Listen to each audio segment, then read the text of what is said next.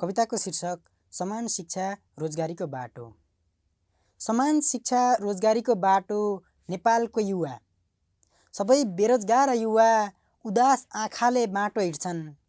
उदास आँखाले बाटो हिँड्छन् काम खोज्दै सपना खोज्दै। तर देशको जवाफ भने अवसर छैन। धनीको बच्चा चम्किलो बोर्डिङमा, गरिबको बच्चा सरकारी स्कुलमा। धनीको बच्चा चम्किलो बोर्डिङमा, गरिबको बच्चा सरकारी स्कुलमा। तर एउटै शिक्षा छैन। सपना आधा बाटोमै हराउँछ। नेपालको घाटा यही हो। नेपालको घाटा यही हो। शिक्षा निशुल्क हुनुपर्छ। पढ्न बाधा नहोस् कसैलाई। पढ्न बाधा नहोस् कसैलाई। तर मात्र पढाइ पर्याप्त छैन। रोजगारमूलक शिक्षा होस्। सपना साकार पार्ने उपाय होस्। जब युवा काम र ज्ञान दुवै पाउँछन्। जब युवा काम र ज्ञान दुवै पाउँछन्, देश अघि बढ्छ। तर अब अवसर छिमेकीको ढोका मात्र छ।